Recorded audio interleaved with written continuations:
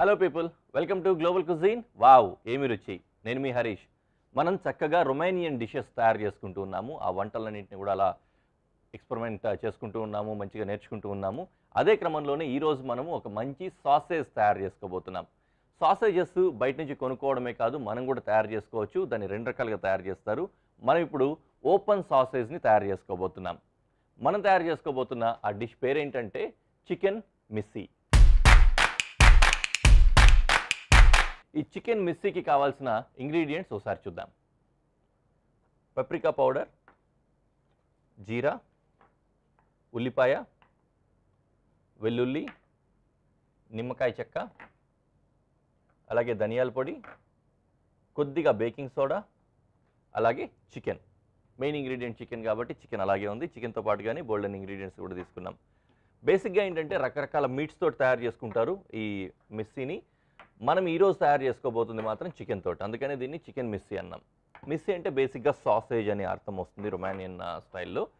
Sausages జనరల్గా ఏంటంటే తయారు చేసుకున్నప్పుడు రెండు రకాలుగా తయారు చేస్తూ ఉంటారు. ఒకటి మీట్ని అంతటినీ కూడా మిన్స్ చేసుకొని, అంటే కీమా లాగా కొట్టుకొని దాంట్లో మొత్తం మసాలాలన్నీ వీళ్ళకి కావాల్సిన ఫ్లేవర్స్ యాడ్ చేసుకొని దాని అంతటినీ కూడా ఇంటెస్టైన్లో, అంటే పేగులు ఉంటాయి కదా, వాటిని క్లీన్ చేసుకొని దాంట్లో బాగా ఫిల్లింగ్ చేసి రౌండ్గా అలా వస్తుందన్నమాట. ఫిల్ అయిన తర్వాత ఇట్లా ట్విస్ట్ చేస్తే అంత ముద్దలాగా తయారవుతుంది. దాన్ని కట్ చేసి అలా డ్రై చేయడమో, ఫ్రీజ్లో చేసుకోవడమో, ఫ్రీజింగ్ చేసుకొని చేసుకుంటారనమాట. ఇదో పద్ధతి. అలాగే ఇప్పుడు మనం తయారు చేస్తుంది మాత్రం ఓపెన్ సాసేజ్ అనమాట. బయట నుంచినే చేసుకుంటున్నాము.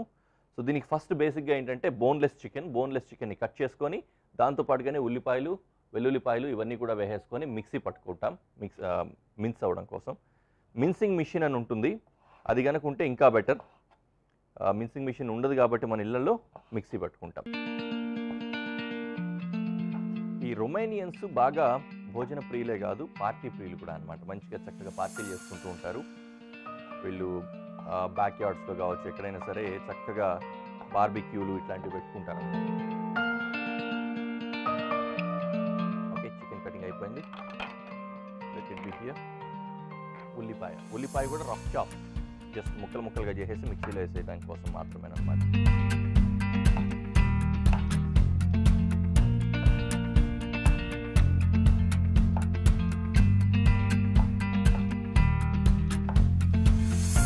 వెల్లుల్లిపాయలు కూడా జస్ట్ రఫ్ చాప్.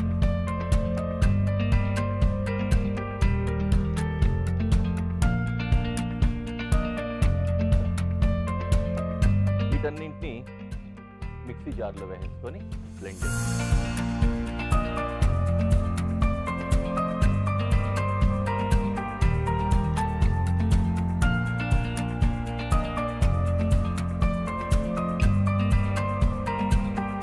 వెల్లుల్లి, చికెన్.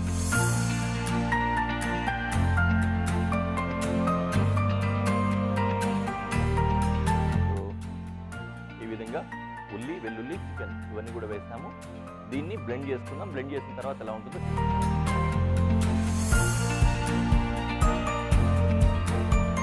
ఇది ఈ విధంగా పేస్ట్ తయారైంది. ఇలా కొద్దిగా తడి రాకుండా చూసుకోవాలన్నమాట. తక్కువ తడి ఉంటే అంత బెటర్. మనం చికెన్ తడి లేకుండా చూసుకోవాలి. బాగా డ్రై అయి చేసుకొని చికెన్ ఇదంతా కూడా మిక్స్ చేసుకోవాలన్నమాట. సో ఇది మిక్స్ అయిపోయింది కదా. ఇప్పుడు కొత్తిమీర, ఫ్లేవర్స్ కోసం మనకి బాగా ఇష్టమైన ఫ్లేవర్స్ కదా ఇవన్నీ, అందుకని ఫ్రెష్ హర్బ్స్ ఎప్పుడైనా కూడా ఆ ఫ్రెష్నెస్ని తీసుకొస్తాయి టేస్ట్లో. అదే క్రమంలోనే కొంచెం కొత్తిమీర కట్ చేసుకుంటాను. ఫైన్ చాప్ అండి, నీట్గా చాప్ చేసుకోవాలి. పొళ్ళు ఏవైతే ఉన్నాయో వాటితో కలిసిపోయే విధంగా.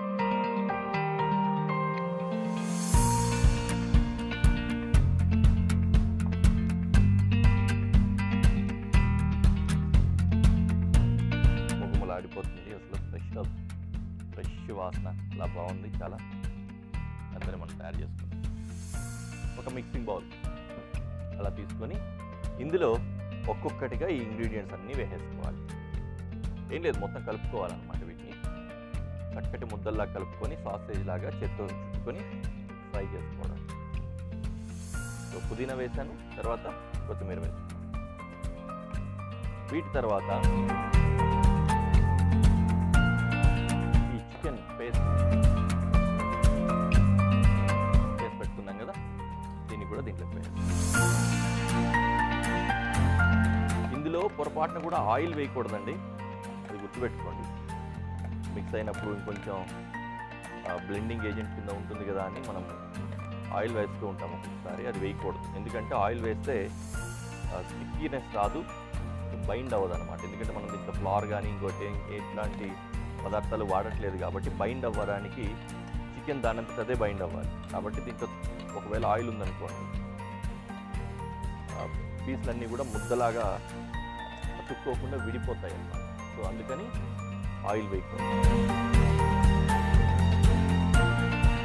కొద్దిగా పప్రికా పౌడర్, సోడా ఇంత ఎక్కువ చూపిస్తున్నామంటే చూపించడానికి కనిపించదు కెమెరాలో అని, జస్ట్ పించ్ అన్నమాట. పించ్ ఆఫ్ బేకింగ్ సోడా, జీలకర్ర, ధనియాల పొడి, అలాగే ఒక నిమ్మకాయ చెక్క. దీన్ని చక్కగా మిశ్రమంలాగా కలుపుకుంటాం.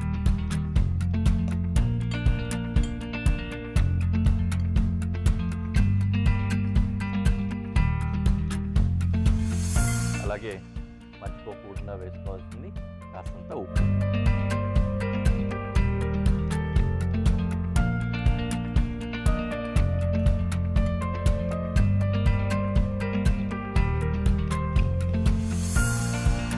అయిపోయిందా? బాగుంది కదా, కలర్ఫుల్గా కూడా చక్కగా పుదీనా అండ్ కొత్తిమీర రేఖలన్నీ కూడా కనిపిస్తూ ఉన్నాయి. ఇలాంటి రేఖలే అలాగే కనిపిస్తూ ఉండాలి, ఫ్లేకీగా కనిపించాలి అనుకున్నప్పుడు ఏం చేసుకుంటామంటే మనం ఈ కారపొడి వేసాం కదా, చిల్లీ పౌడర్, దీంతో పాటు కానీ కొంచెం ఆ కారపొడి తగ్గించి చిల్లీ ఫ్లేక్స్ కూడా వేసుకోవచ్చు. దానివల్ల ఏమవుతుందంటే ఫ్లేకీ కూడా కనిపిస్తూ ఉంటుంది, చూడడానికి అది కూడా బాగుంటుంది. ఓకే, మన ఈ మిశ్రమం రెడీ. తర్వాత దీన్ని చక్కగా సాసేజెస్ లాగా తయారు చేసుకోవాలన్నమాట. సాసేజెస్ ఏ విధంగా ఉంటాయో తెలుసు కదా మనకి, పైప్ లాగా గుండ్రంగా పొడవుగా ఉంటాయి. సో అలాంటివి కొంచెం చిన్న చిన్నవి తయారు చేసుకోవచ్చు, ఎందుకంటే హ్యాండ్ రోల్డ్ కాబట్టి పొడవాటి సాసేజెస్ రావు అందుకని. లేకపోతే ఏం చేస్తారంటే జనరలీ పైపింగ్ బ్యాగ్ అంటాం కదా, గుర్తుందా మీకు? ఫర్ ఎగ్జాంపుల్ కేక్స్ కానీ ఇట్లాంటివి తయారు చేసినప్పుడు ఒక బ్యాగ్ లాగా తయారు చేసుకొని బటర్ పేపర్ తోటి కింద ఒక పైపింగ్ ఒక టూల్ కూడా వస్తుంది, చిన్న అడిషన్ పెట్టేసుకొని లావుగా ఉన్న హోల్ ఉన్నదన్నమాట, అలా పెట్టేసుకొని పైనుంచి దీన్ని పైపింగ్లో వేసి అలా ప్రెస్ చేసుకుంటూ సాసేజ్ లాగా వచ్చేలాగా అట్లా చేసుకోవచ్చు. అది కూడా ఒక పద్ధతి, బట్ అది కూడా జనరల్లీ ఉండదు కాబట్టి మన దగ్గర నేను చేతితోటే చేసే ప్రయత్నం చేస్తున్నాను, అందరికీ అర్థమవుతుంది. ఓకే,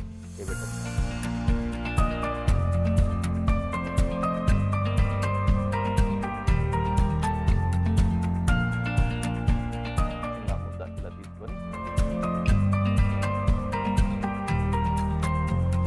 ఎక్కువ అనిపిస్తే కొద్దిగంతా డస్టింగ్ చేసుకోండి.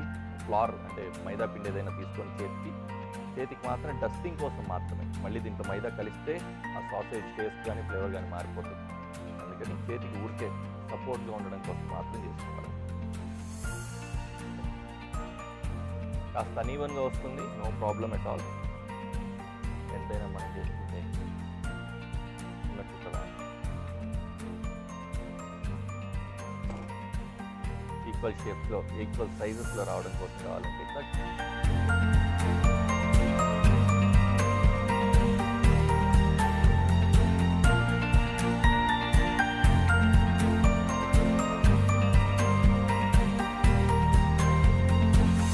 ఏం చేస్తాను నేను, అవి చేసేలోపు స్టవ్ పెనం వేడవుతుంది కదా, స్టవ్ వెలిగించేసుకున్నాను. మిగతా సాసేజెస్ అన్నీ కూడా తయారు చేసేసుకొని ఒకేసారి మీకు చూపిస్తాను. సాసేజెస్ అన్నీ రెడీ అయిపోయాయి చక్కగా. ఈలోపు స్టవ్ కూడా పెనం కూడా బాగా వేడిగా ఉంది. ఇందులో కొద్దిగా ఆయిల్ వేసుకొని వీటిని చక్కగా ఫ్రై చేసుకుంటాం.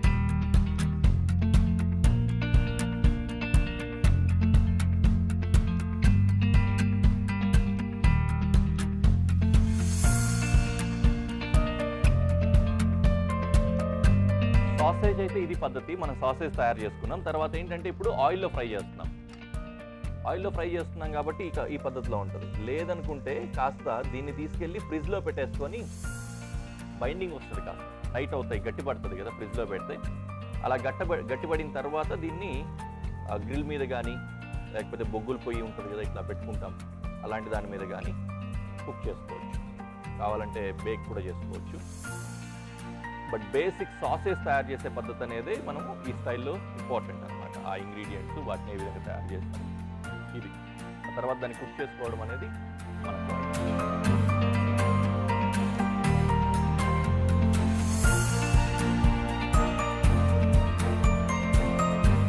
టైం పడుతుంది. బాగా వెట్గా ఉన్నాయి కాబట్టి కొద్దిగా ఒక సైడ్ మొత్తం కుక్ అయిన తర్వాత దానికి ఆ బైండింగ్ వస్తుంది. ఆ తర్వాత మనం కుక్ చేసుకోవచ్చు. ముందే కానీ తిప్పామనుకోండి లూజ్గా ఉంటుంది కాబట్టి విరిగిపోయాం. చక్కగా అలా ఒకవైపు కుక్ అయిన తర్వాత we will roll it to next side. అట్లా ఒక 3-4 వైపులకు కుక్ అవ్వాల్సి వస్తుంది. ఎందుకంటే రోల్ రౌండ్గా ఉంది కాబట్టి సాసేజ్ షాలో ఫ్రై కొద్దిగా టైట్ అవుతుంది, టఫ్ అవుతుంది. డీప్ ఫ్రైలు ఇట్లాంటివి బాగుంటాయి అన్నమాట రౌండ్గా ఉన్నప్పుడు. బట్ ఎనీవే అలా ల్యాండ్ అయినప్పుడు అలా ఎలాగో ఫ్లాట్ అవుతుంది. అందుకని 3 సైజులో 4 సైడ్లో కానీ కుక్ చేస్తే లో ఫ్లేమ్లో, వీలైనంత వరకు లో ఫ్లేమ్లో పెట్టుకోవాలి. మీడియం ఫ్లేమ్లో ఇట్లా పెట్టుకుంటే ఏమవుతుందంటే లోపల వరకు బాగా మీట్ అంతా కుక్ అవుతుంది, పైనుంచి మంచి ఆ దోర ఎర్రటి టెక్స్చర్ వస్తుంది అనమాట చూడడానికి కూడా. జస్ట్ ఆల్మోస్ట్ వీఆర్ దే, ఫాస్ట్గానే అయిపోతున్నాయి. ఇది కాసేపు ఇది కుక్ అయిన తర్వాత ఇంకో వైపు కూడా ట్విస్ట్ చేసి అది కూడా కాలిపోయిన తర్వాత విల్ గో ఫర్ ప్రెజెంటేషన్. ఫైనల్గా ఇంకొక వైపుకి నేను ట్విస్ట్ చేస్తున్నాను. అలా తిరిగేస్తే అటువైపు కూడా కాలిపోయిందంటే సాసేజీలు రెడీ అయిపోయాయి.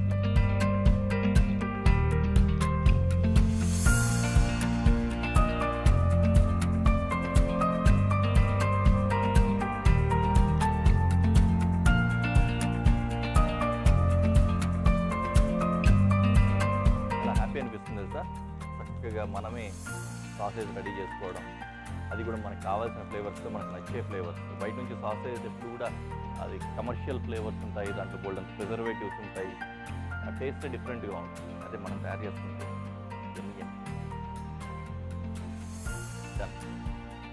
స్టవ్ ఆఫ్ డిష్ అవుట్ చేసేసుకుంటాను.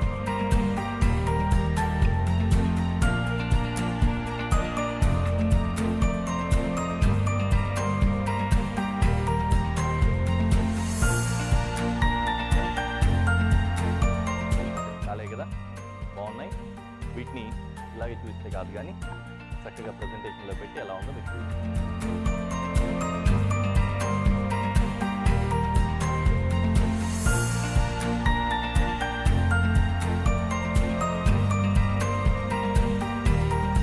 చాలా బాగున్నాయి కదా, చాలా కలర్ఫుల్గా.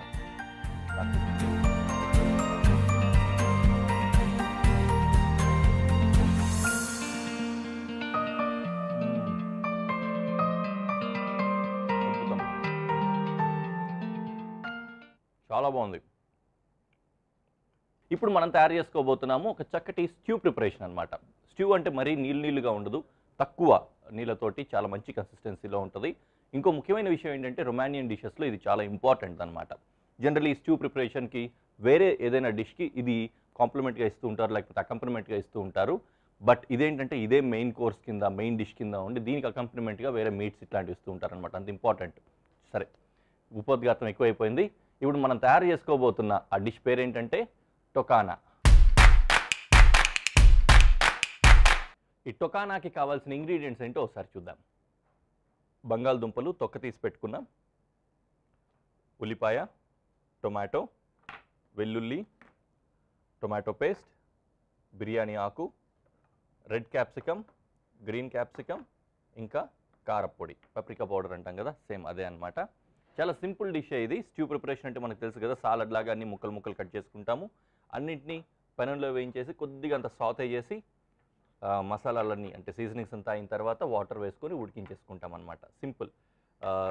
స్ట్యూ అంటే సూప్ లాగా కొద్దిగా సూపీగా ఉంటుంది, అదే మనకు కన్సిస్టెన్సీ కూడా తెలిసిపోతుంది అనమాట. కానీ చాలా చక్కటి డిష్, ఈజీగా ఉంటుంది. మీరు అలా ఫాలో అవుతూ ఉండండి. మొదలెట్టేద్దామా? ఎస్. ఫస్ట్ వెల్లుల్లి చాప్ చేసుకుంటున్నాం.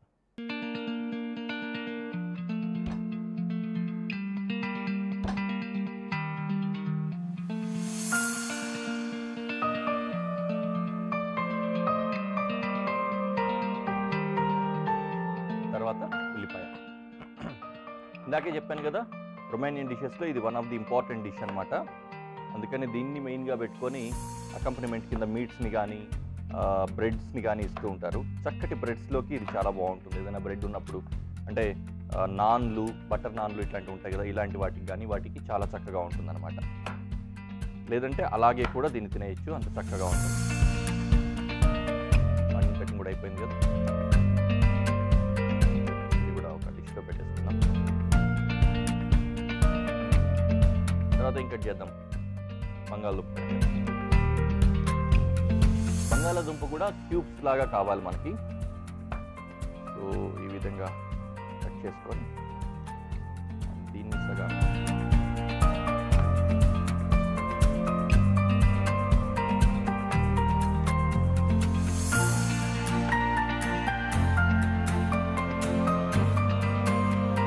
ఈ విధంగా అన్నమాట.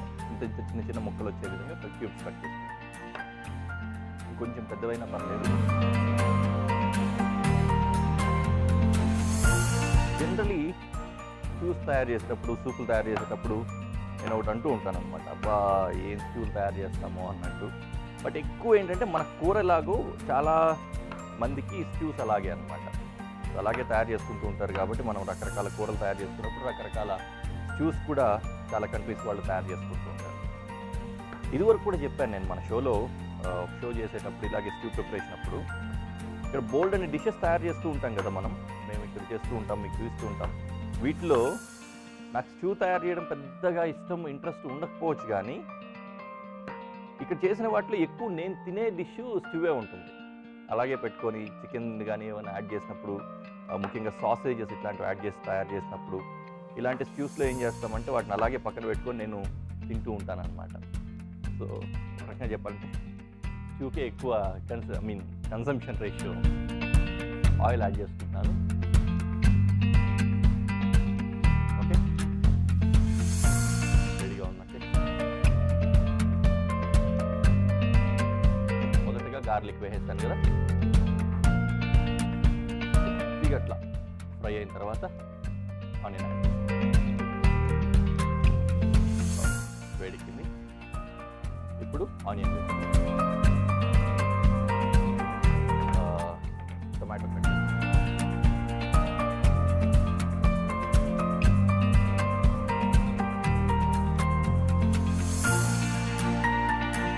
టొమాటో కూడా క్యూబ్సే, సేమ్ ఆ మాత్రం సైజులో చిన్న చిన్న క్యూబ్స్ కట్.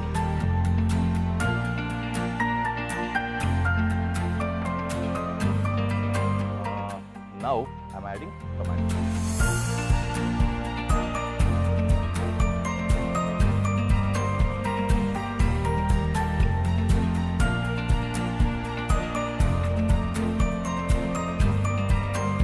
తర్వాత బంగాళదుంప.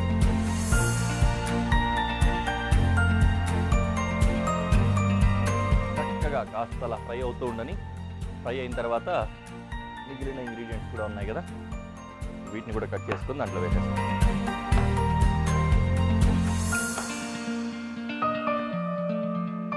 గ్రీన్ క్యాప్సికమ్, రెడ్ క్యాప్సికమ్ రెండు కట్ చేసుకుంటాం.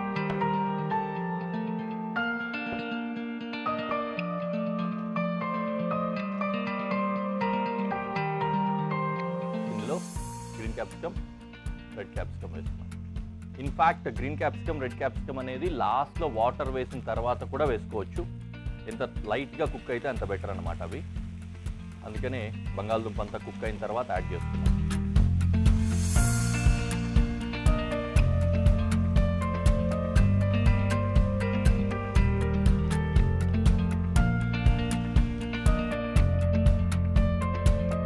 ఇప్పుడు బే లీఫ్, పప్రికా పౌడర్, ఇంకా టొమాటో సాస్ కూడా వేస్తున్నాం.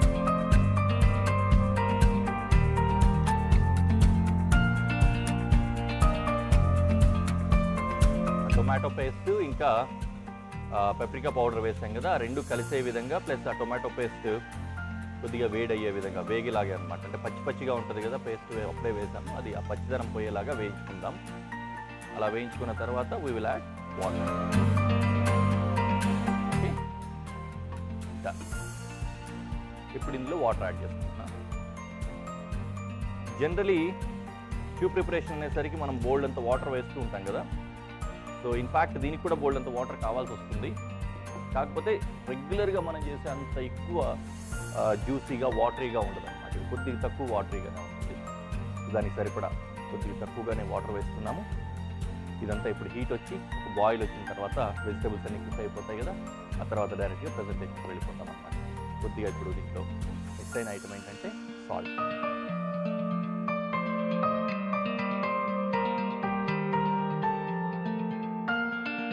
కొద్దిగా టేస్ట్ చూసుకొని, కారప్పొడి వేసాం కాబట్టి మిరియాల పొడి అవసరం పడదు. లేదు కారప్పొడి తక్కువైంది ఇంకొంచెం అది కూడా టేస్ట్ ఉంటే బాగుంటుంది అనిపిస్తే కొద్దిగంత మిరియాల పొడి కూడా యాడ్ చేస్తాం.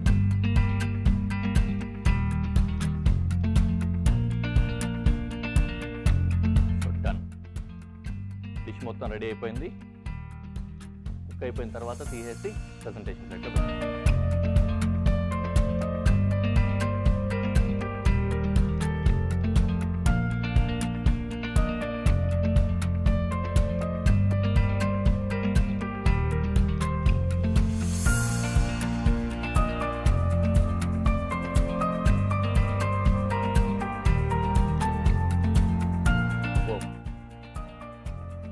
చాలా బాగుంది, కారం కారంగా, సావరీగా, చక్కటి టేస్ట్.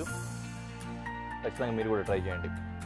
ఓకే, మరో ఎపిసోడ్లో మళ్ళీ కలుద్దాం. Until then bye.